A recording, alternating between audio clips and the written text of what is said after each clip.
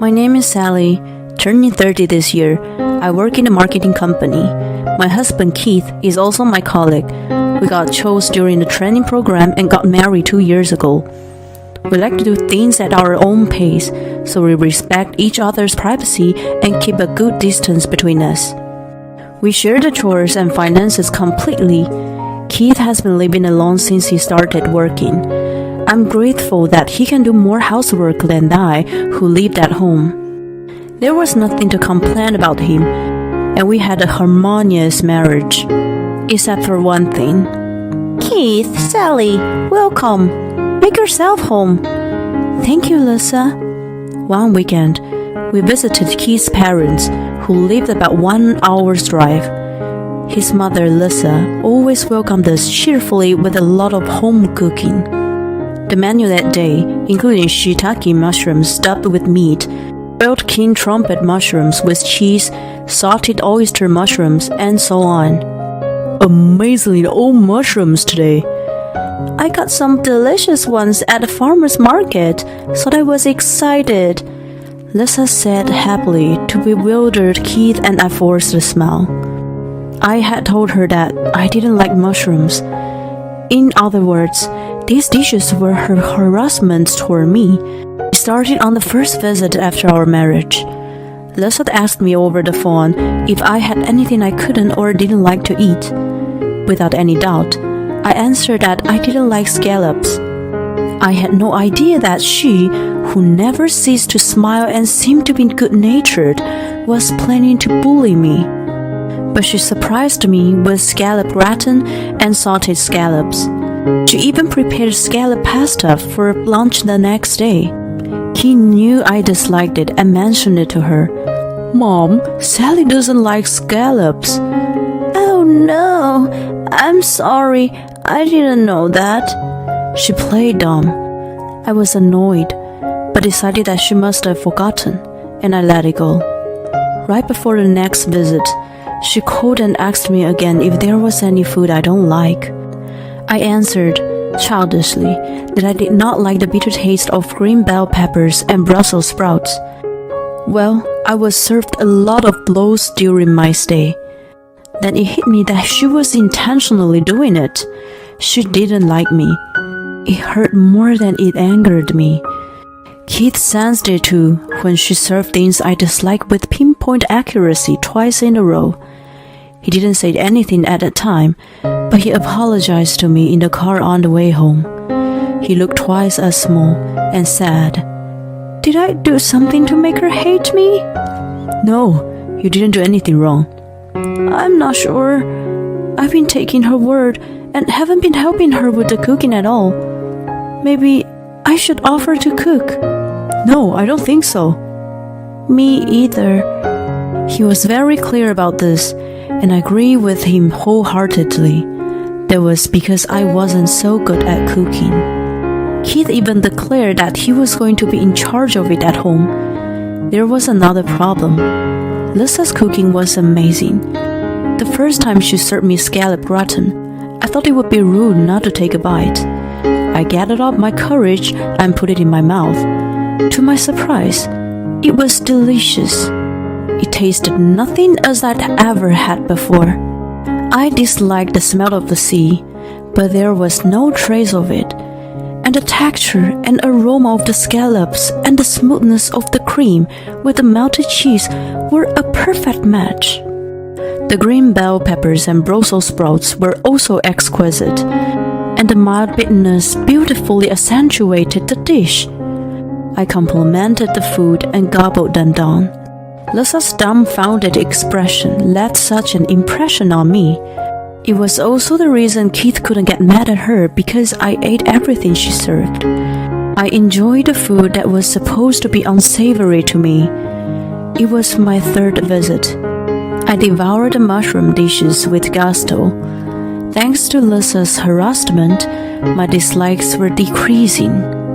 Since I was introduced to her cooking, I realized that the reason I'd been picky was that I grew up in a family that didn't care much about the food. Oh, I had no idea mushrooms would taste that good. I've been missing out on so much in my life. I rubbed my stomach in satisfaction next to Keith, who slapped his forehead. What would be Mom's true intention if you enjoy harassment? She's a good cook, so maybe she has some pride? I don't get it. Frankly, I'm more concerned about your dad and brother's attitude than your mother's harassment. I guess you're right.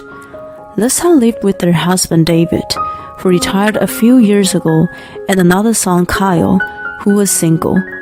Her direct harassment was the least of my worries, but I was more annoyed with Kyle, who watched me with a smirk. Perhaps he knew that she was entertaining me with something I disliked. When I ate the food with relish, she looked puzzled, but he showed obvious dissatisfaction. He even watched my every move with unpleasant attention, and if I made the slightest mistake, he would make sexist remarks.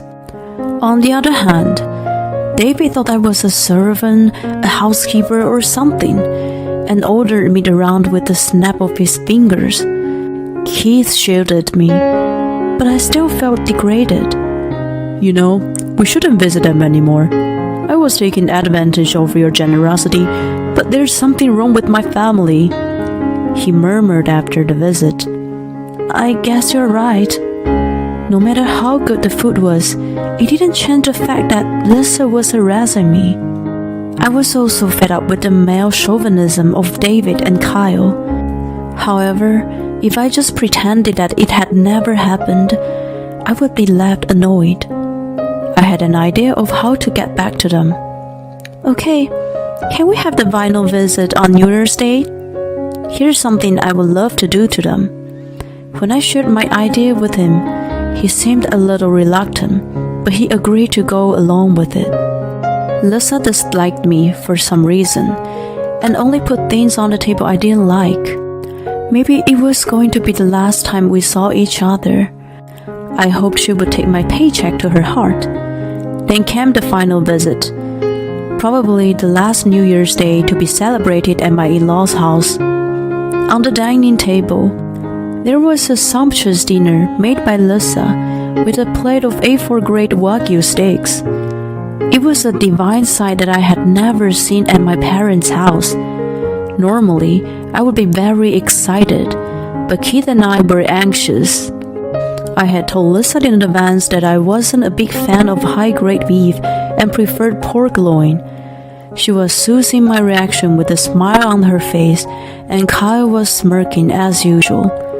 David was indifferent and demanded wine from Lissa.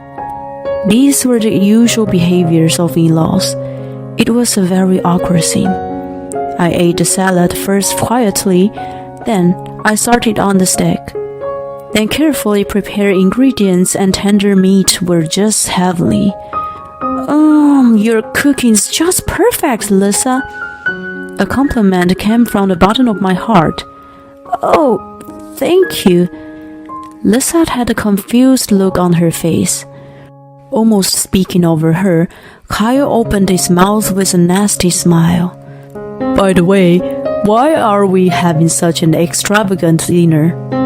Is there something special to celebrate with expensive beef? Well, Lissa mumbled.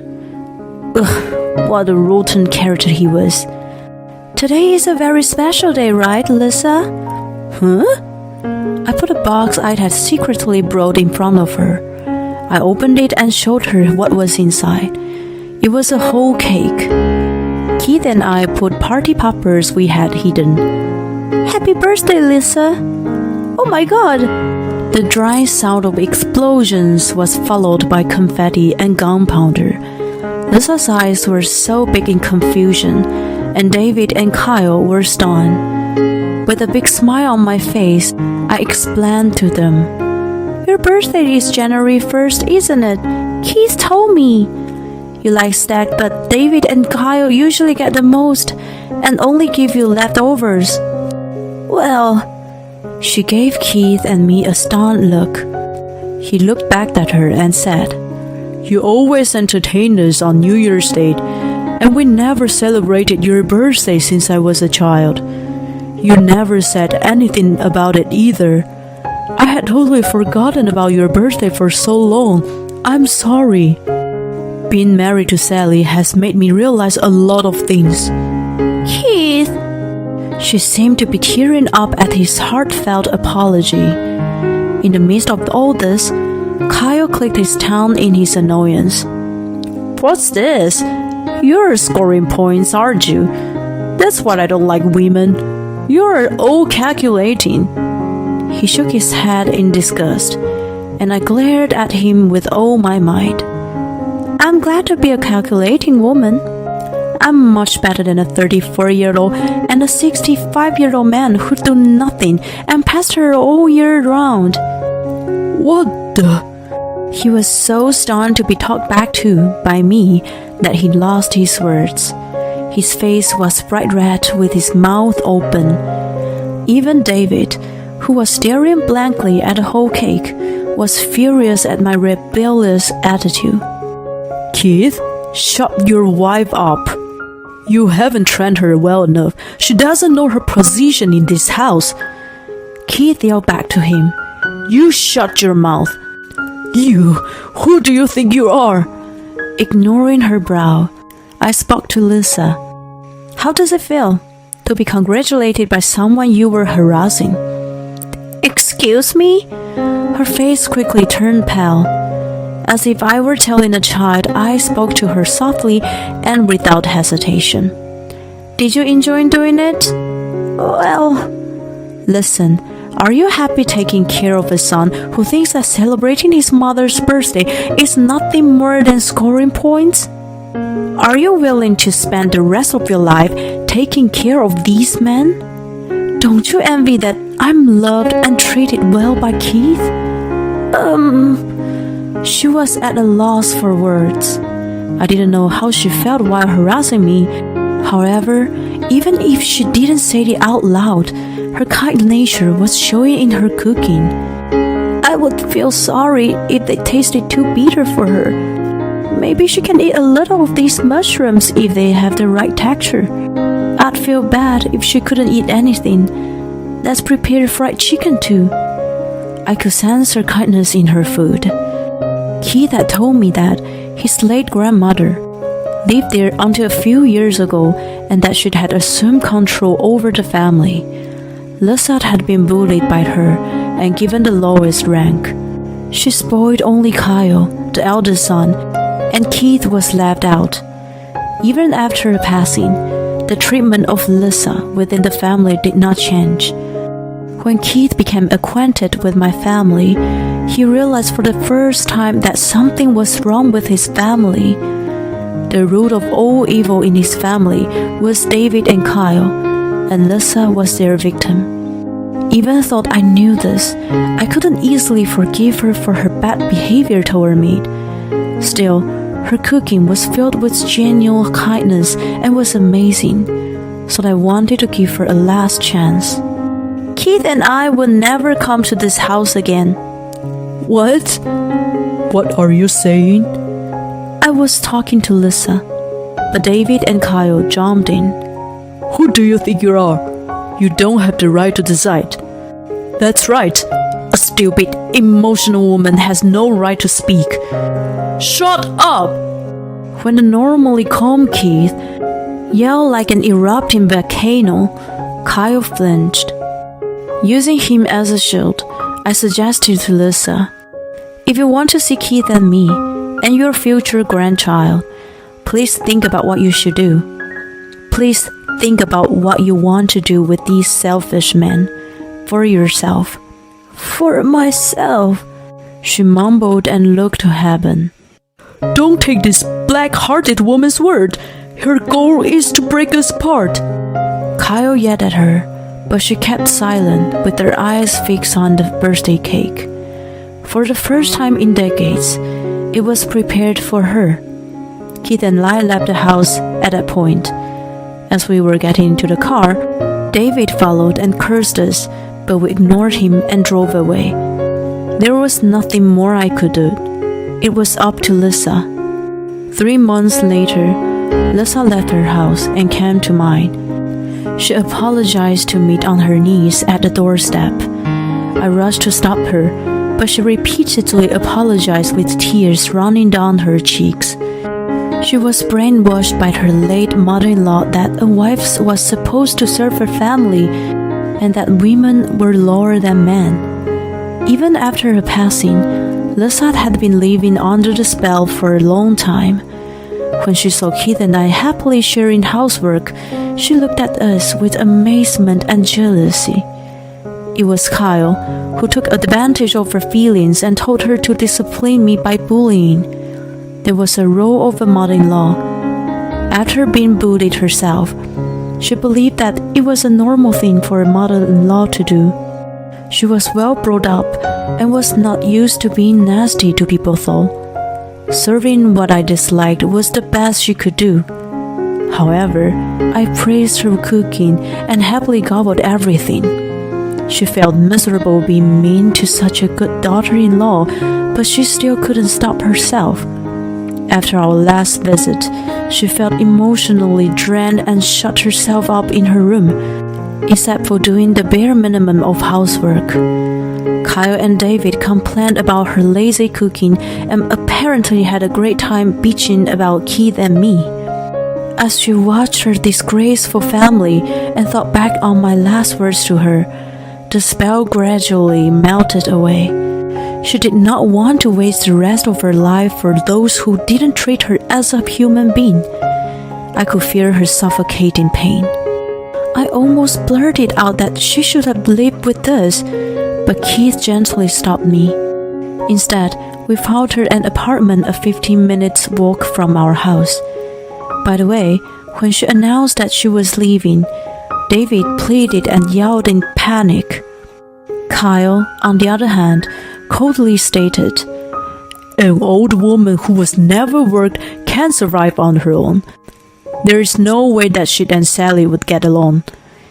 David was dragged in by his arrogant attitude and kicked her out of the house in the end. It was true that probably no company would hire an almost 60-year-old with no experience. What I didn't know was that she had some unearned income from an apartment and a parking lot business that she inherited from her late father. As soon as she lived humbly, she had no worries about her finances. Of course, she had lived for her family all her life. Gambling or squandering money had never been in her mind. It was rather more concerning for Kyle, who had never paid a cent for his living expenses at home, and David, who had retired and had to live on his savings and pensions. They relied on her for both chores and finances, and never imagined what would happen when she was gone. At first, they lived a comfortable life by eating out, buying prepared meals, and using housekeeping services, but such a life could not last. 3 months later, David got a call from the bank that his account was overdrawn and finally realized there was no balance left. Moreover, due to the poor diet, Kyle had gained a lot of weight, and David was suffering from health issues due to excessive consumption of salt and alcohol. He used to be proud of his good health, so it was such a shock for him. They must have finally realized that it was old Lissa who kept a peaceful family life. 5 months after Lissa moved out, they grew impatient with her not showing any signs of coming home and ordered her to return. However, once she had awakened from her brainwashing and realized the comfort of living alone, she had no intention of going back to her old life. Instead, Keith visited them with a lawyer, and divorce proceedings were initiated. They resisted all around, but they didn't have the money to hire a lawyer. It took a long time, but Lissa was eventually set free. In need of a new housekeeper, Kyle desperately searched for a wife, but no right-minded woman would come near that filthy house. The two, unable to lower the standard of living, kept aiding their debts and garbage. They eventually went bankrupt, and the house was sold after a while as a vacant lot. They lived in a small apartment while working day jobs. They were still thinking that if Lissa saw their devastation, she would feel responsible and apologize to them. They showed no love or appreciation to her, but only expected to receive her unconditional love. What fools they are! On New Year's Day, 4 years later, Happy birthday, Nana. "Thank you." Lissa smiles happily as she receives a crayon sketch drawn by her soon-to-be 3-year-old grandson. "Here, Mom. It's a nice piece of meat. Eat it while it's still hot." "Oh, how wonderful." She watches Keith, who is in charge of the grill, with twinkles in her eyes. Now she and I have come to know each other so well that we even go on day trips together. Keith is learning to cook from her on his days off and steadily acquiring her skills. My son has been receiving all of her love and affection. I'm very satisfied to enjoying her delicious meals while seeing her peaceful face. Mother-in-law and daughter-in-law, man and woman, it doesn't matter who does the cooking. The heart appreciates and enjoys the food prepared with love. A dining table shared with those hearts at the center of the home is the happiest thing in the world.